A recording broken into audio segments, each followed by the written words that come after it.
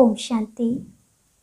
आज बाबा ने विशेष रूप से अपने आज्ञाकारी बच्चों को याद किया है और कहा कि बच्चे, तुम्हें सदा अतीन्द्रिय सुख में रहना है, कभी भी रोना नहीं है, क्योंकि तुम्हें अभी बेहद का बाप मिला है। सारी दुनिया जिसको ढूंढ रही है वो बाप तुम्हें मिला है, इसलिए कभी भी दुखी नहीं होना। दूसरा, बाबा कहते, बच्चे, अतीन्द्रिय सुख जो है वो तुम ब्राह्मण बच्चों को मिला है, देवताओं को भी ये सुख का अनुभव नहीं है, क्योंकि इस संगम युग पर तुम्हें स्वयं बाबा मिला है, जबकि सतयुग में देवी देवताओं को बाबा नहीं मिलेगा, इसलिए उनके अतीन्द्रिय सुख का गायन नहीं है। हम ब्राह्मण बच्चों के अतीन्द्रिय सुख का गायन है। फिर बाबा ने कहा कि बच्चे, आप कोई भी कदम, कोई भी कर्म करें, हर कदम बाप की श्रीमत पर उठाना है, आज्ञाकारी बनकर रहना है। हम बहुत रॉयल बाप के बच्चे हैं, इस बात का विशेष ध्यान रखना है। जैसे लौकिक जीवन में अगर कोई बहुत बड़े बाप का बच्चा हो तो वो अपना हर एक कदम बहुत सोच समझ कर उठाता है, वैसे ही हम भी ईश्वर के बच्चे हैं, इसलिए हमारे हर कदम पर हमारा ध्यान होना चाहिए, जिससे हमारे बाबा का नाम बाला हो, बदनाम ना हो। फिर अंत में बाबा ने बहुत अच्छी बात कही कि बच्चे, बाप जो हैं वो साधारण बच्चों को बहुत पसंद करते हैं, क्योंकि साधारण बच्चों में भावनाएं बहुत होती है, इसलिए बाबा ने भी साधारण तन लिया हुआ है। इसलिए इस संगम युग पर अगर हम साधारण हैं तो हमारे लिए बहुत भाग्य की बात है। इस संगम युग का अगर कोई करोड़पति भी है तो वो भी साधारण ही कहा जाएगा। इसलिए बाबा कहते, मुझे साधारण बच्चे बहुत पसंद है। सुनते हैं बाबा के 18 तारीख के महावाक्य। आज बाबा ने कहा,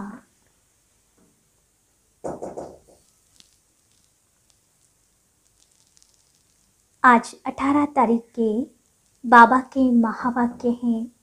बाबा ने कहा, मीठे आज्ञाकारी बच्चे, तुम्हें सदा अतीन्द्रिय सुख में रहना है, कभी भी रोना नहीं है, क्योंकि तुम्हें अभी ऊंचे से ऊंचा बाप मिला है। प्रश्न है, अतीन्द्रिय सुख तुम गोप गोपियों का गाया हुआ है, देवताओं का नहीं। क्यों? क्योंकि तुम अभी ईश्वर की संतान बने हो, तुम मनुष्य को देवता बनाने वाले हो। जब देवता बन जाएंगे तब फिर उतरना शुरू करेंगे, डिग्री कम हो जाएगी, इसलिए उनके सुख का गायन नहीं है। यह तो तुम बच्चों के सुख का गायन करते हैं। गीत बजा है, मुझको सहारा देने वाले तेरा शुक्रिया। ओम शांति। यह एक ने कहा या दो ने कहा, क्योंकि बाप भी है तो दादा भी है, तो यह ओम शांति किसने कहा? बाबा ने कहा या शिव बाबा ने कहा? कहना पड़े दोनों ने कहा, क्योंकि तुम जानते हो दो आत्माएं हैं, एक आत्मा है, दूसरी परम आत्मा है। इन सबको जीव आत्मा कहा जाता है। तुम आत्माएं भी यहाँ पाठ बजाने आए हो, दूसरे धर्मों की बात ही नहीं। बाबा भारत में ही आते हैं।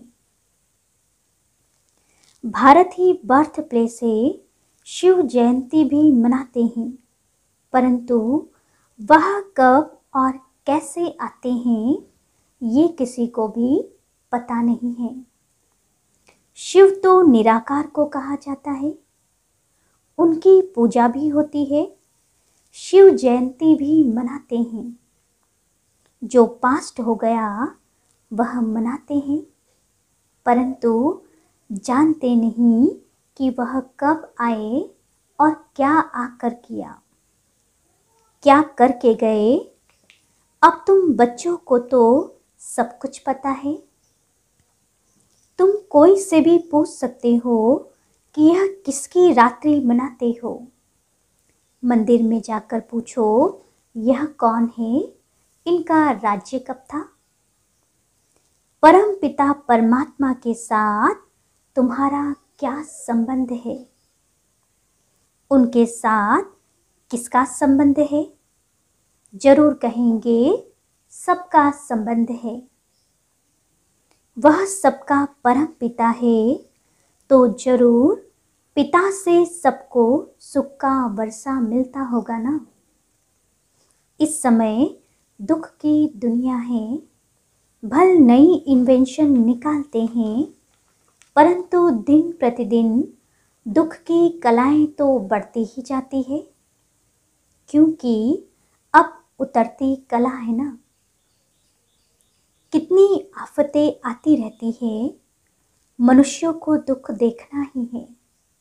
जब अति दुख होता है तो त्राही त्राही करने लगते हैं, तभी बाप आते हैं। इस समय सब मनुष्य मात्र पति थे, इसलिए इनको विशेष वर्ड कहते हैं। वहाँ सतयुग में दुख होता ही नहीं। तुम बच्चे समझते हो कि यह ड्रामा बना हुआ है। इस समय सभी रावण अर्थात 5 भूतों के वश में है। यही दुश्मन है। दुख की भी कलाएं होती है ना। अभी तो बहुत तमो प्रधान हो गए हैं, क्योंकि विष से तो सब पैदा होते हैं। दुनिया को तो मालूम ही नहीं कि वहाँ विष होता ही नहीं है। कहते हैं वहाँ बच्चे तब कैसे पैदा होंगे। बोलो, तुम पहले बाप को जानो, उनसे वर्षा लो। बाकी वहाँ की जो रस्म रिवाज होगी वही चलेगी।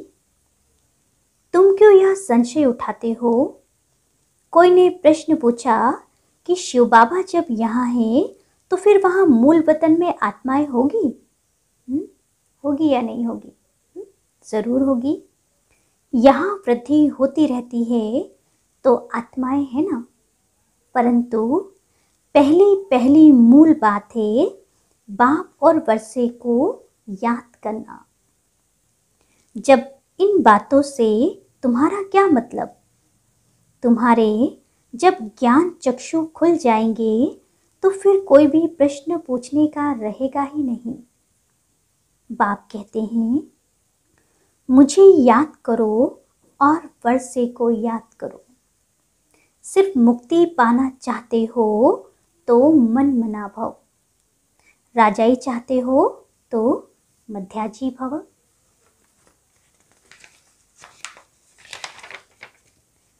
तुम बच्चे जानते हो कि हमको पढ़ाने वाला कौन है।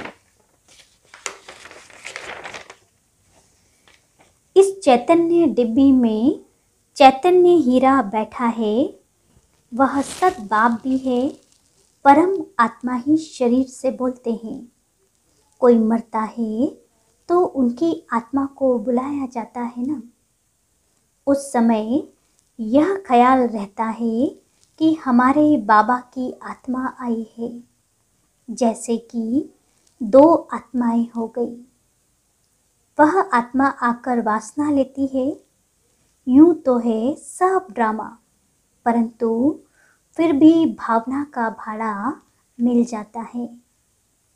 आगे तो ब्राह्मणों में कुछ ताकत थी, आकर बातचीत करते थे, रुचि से खिलाया जाता था। यह ज्ञान तो नहीं है कि वह आत्मा है। आत्मा तो वासना लेती है, बाबा तो वासना भी नहीं लेते, क्योंकि वह तो अभोक्ता है। आत्मा तो भोगती है। इसलिए बाबा कहते तुम जो भी भोग आदि भी खिलाते हैं उसमें बाबा उसकी वासना ज़रूर लेते हैं। बाकी बाबा तो अभोक्ता है। बाबा कहते मैं अभोक्ता हूँ, आत्मा तो वासना की मुरीद होती है, मैं तो मुरीद नहीं हूँ। मेरे साथ योग लगाने से तुम्हारे विकर्म दग्ध होंगे। समझाना है, शिव जयंती मनाते हैं, शिव तो निराकार है। जैसे आत्मा की भी जयंती होती है, आत्मा शरीर में आकर प्रवेश करती है। शिव ही पतित पावन है, जिसका ही आह्वान करते हैं कि आकर इस रावण के दुखों से लिबरेट करो। इस समय 5 विकास सर्वव्यापी है, आधा आधा है ना। जब रावण राज्य शुरू होता है तब और धर्म आते हैं। सबको अपना अपना पाठ बजाने आना ही है। मैं आता ही यहाँ हूँ। अब तुम बच्चे जानते हो, इस चैतन्य डिब्बी में कौड़ी से हीरा बनाने वाला बाप बैठा हुआ है। वही सच्चित आनंद स्वरूप है, ज्ञान का सागर है। तुम अभी जानते हो, बाप याद दिलाते हैं तो याद करते हैं, फिर भूल जाते हैं, क्योंकि वह पोप आदि जो हैं उनको तो चैतन्य शरीर है, नामी ग्रामी है, उनकी महिमा कितनी है। यहाँ तो ये डिब्बी में छिपा हुआ हीरा है, कोई जानते ही नहीं कि वह एक ही बार आते हैं। बच्चे तो जानते हैं कि बाबा इनमें बैठा है। यह हमारा सत बाप, सत टीचर और सतगुरु भी है। यह पाठशाला है ना, तुम्हारे में भी कोई कोई भूल जाते हैं। चलन से सब कुछ पता लग जाता है। कोई बच्चे तो थोड़ी परीक्षा लेने से फाह हो जाते, नहीं तो बच्चों का कहना है जो खिलाओ, चाहे मारो चाहे प्यार करो। सपूत बच्चे तो आज्ञाकारी होते हैं ना, वो कभी भी बाबा को छोड़कर नहीं जाते, चाहे कैसी भी परिस्थिति हो, और ना कभी बाबा को भूलते हैं। बाबा कहते हैं, बच्चे कभी भी रोना नहीं है। तुम्हारा इतना बड़ा बाप और साजन है, उनके बनकर फिर तुम रोते हो। मैं तुम्हारा बड़ा बाप बैठा हूँ, माया नाक से पकड़ती है तो तुम रोते हो। गायन भी है, अतीन्द्रिय सुख गोप गोपियों से पूछो, परंतु माया भुला देती है। बाप पर कुर्बान जाए, बलिहार जाए, वह अंदर याद रहे तो खुशी रहे, परंतु माया भुला देती है। तुम बच्चे अभी जानते हो, बाबा सच्चा सच्चा इंद्र है। वो पानी की वर्षा बरसाने वाला इंद्र नहीं है, यह ज्ञान इंद्र है। इंद्रधनुष निकलता है, उसमें रंग तो बहुत होते हैं, परंतु मुख्य 3 होते हैं। बाबा तुमको इस समय त्रिकालदर्शी बनाते हैं। त्रिकालदर्शी अर्थात आदि मध्य अंत को जानने वाला, अर्थात स्वदर्शन चक्रधारी, तीनों कालों को जानने वाला। यह बातें तुम अपने से ही मिलाएंगे। तुम बच्चे जानते हो कि यह इंद्र सभा है, इसलिए बाबा लिखते रहते हैं, कोई भी विकारी मूत पलिती मेरी सभा में न हो। तुम भी ज्ञान डांस करने वाली परियां हो। ज्ञान इंद्र का परियों को फरमान है, कोई विशेष अर्थात विकारी आदमी को यहाँ नहीं लाना। तुम बच्चों के पास विशेष ही वाइसलेस बनने के लिए आते हैं, परंतु मेरी सभा में नहीं लाना कायदे भी हैं। वैसे तो यहाँ बहुतों से बातचीत करता हूँ, ईमानदार, सपूत, अच्छा बच्चा है तो प्यार जाता है। जैसे गांधी के लिए सबको लव है, काम तो अच्छा किया है ना। इस बने बनाए ड्रामा को भी समझना है। यह हूबहू रिपीट हो रहा है, कोई कहा दोष नहीं है। रावण को तो सभी को भ्रष्टाचारी बनाना ही है। इन सब बातों को तुम बच्चे ही जानते हो, और क्या जाने। पतित पावन कहते हैं, कुछ भी समझते नहीं हैं।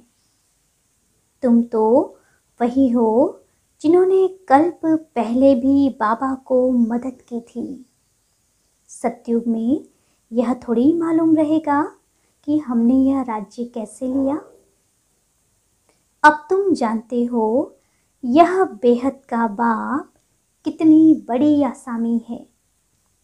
बाप ही भारत को कौड़ी से हीरे जैसा बनाते हैं।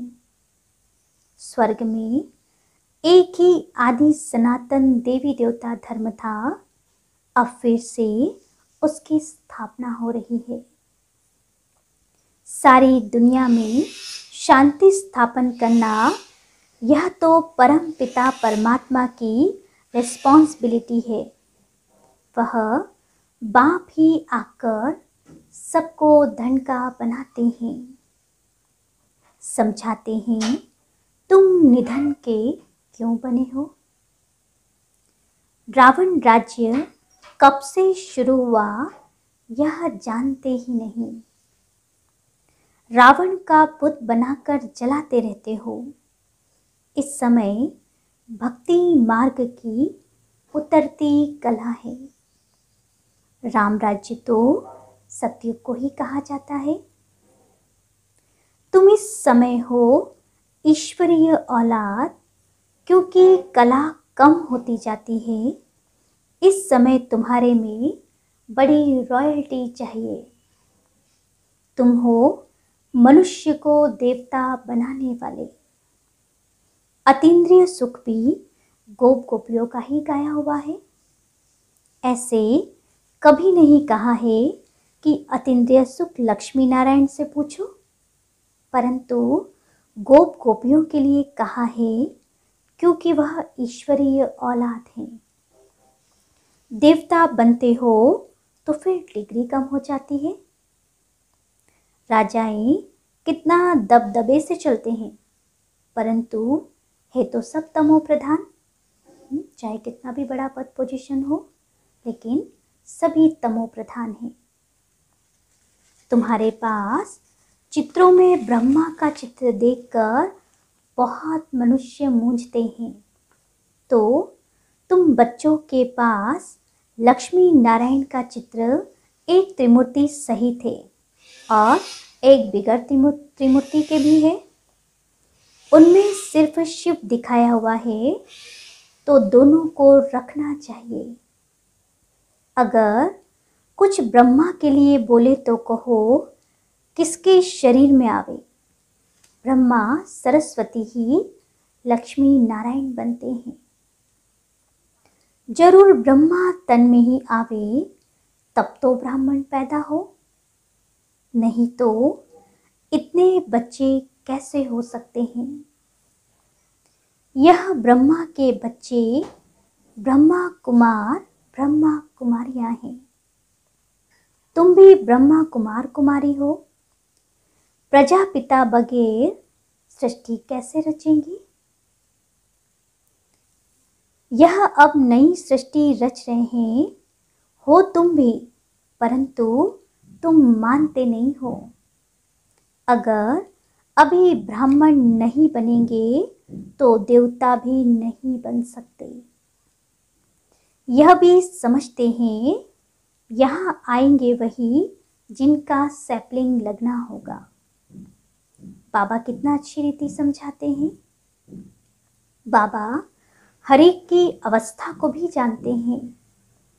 कोई किस चीज का भूखा, कोई फैशन का भूखा बाबा से आकर पूछो, बाबा हम ठीक चल रहे हैं, यह हमारी बात राइट है या रॉन्ग है, तो भी समझे कि इनको डर है। देखो गांधी जी को सभी ने कितनी मदद दी, परंतु उसने खुद नहीं खाया, सब देश के लिए किया। वह गांधी तो फिर भी मनुष्य था, यह तो बेहद का बाप है ना।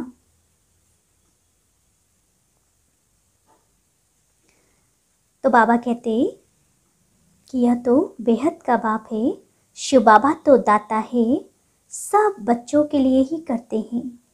पूछा जाता है तुम 1 रुपया क्यों देते हो? कहते हैं शिव बाबा को देते हैं 21 जन्म का वर्षा पाने के लिए। ऐसे कोई नहीं समझे जो मैंने दिया, मैं तो 21 जन्मों का वर्षा लेता हूँ। बाबा कहते बच्चे तुम्हारे संकल्प में भी ये नहीं आना चाहिए कि हम देते हैं, क्योंकि देना ही कई गुना बढ़कर लेना है। बाबा तो गरीब निवास है, 21 जन्मों का वर्षा देते हैं, यह बुद्धि में रहे। सब कुछ बच्चों के काम में आता है। गांधी भी काम में लगाते थे, अपने लिए कुछ भी इकट्ठा नहीं किया, अपने पास भी जो कुछ था वह दे दिया। देने वाला कभी खुद इकट्ठा नहीं करता। सन्यासी छोड़कर चले जाते हैं, फिर आकर इकट्ठा करते हैं। उनके पास तो बहुत पैसे हैं, कितने फ्लैट्स हैं। वास्तव में सन्यासियों को 1 पैसा भी हाथ में नहीं होना चाहिए। लॉ तो ऐसे है, वह कभी दानी नहीं हो सकते। तुमको तो बाप की राय पर चलना है।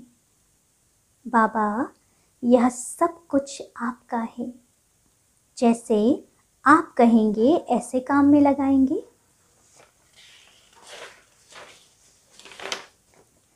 बाबा डायरेक्शन देते रहते हैं, बच्चों को अमल में लाना है बस। अच्छा, मीठे मीठे सिकिलते बच्चों प्रति माता पिता बाप दादा का याद प्यार और गुड मॉर्निंग। रूहानी बाप की रूहानी बच्चों को नमस्ते, और हम रूहानी बच्चों की रूहानी बाप दादा को याद प्यार, गुड मॉर्निंग और नमस्ते। धारणा के लिए मुख्य सार है, पहली पॉइंट, कदम कदम बाप की राय पर चलना है, पूरा पूरा बलिहार जाना है।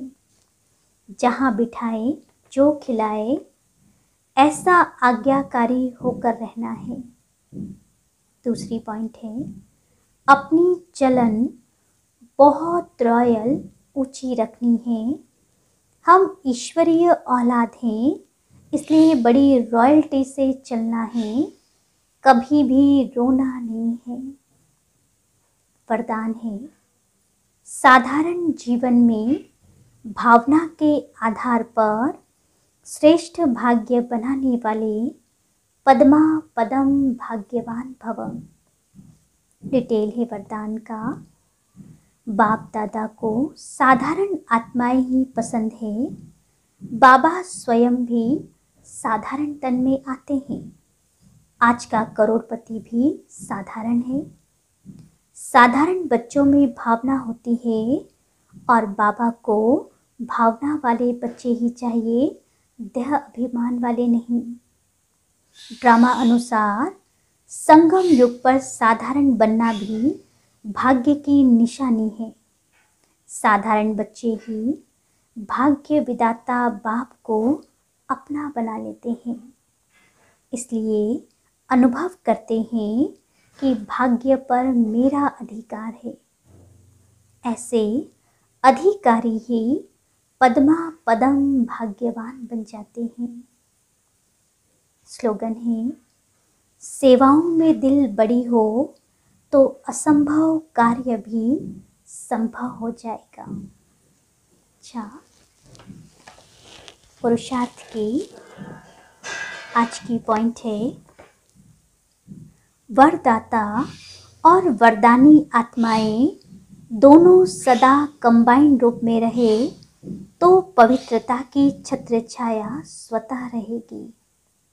जहाँ सर्वशक्तिमान बाप है, वहाँ अपवित्रता स्वप्न में भी नहीं आ सकती। सदा बाप और आप युगल रूप में रहो, सिंगल नहीं। जब सिंगल हो तो पवित्रता का सुहाग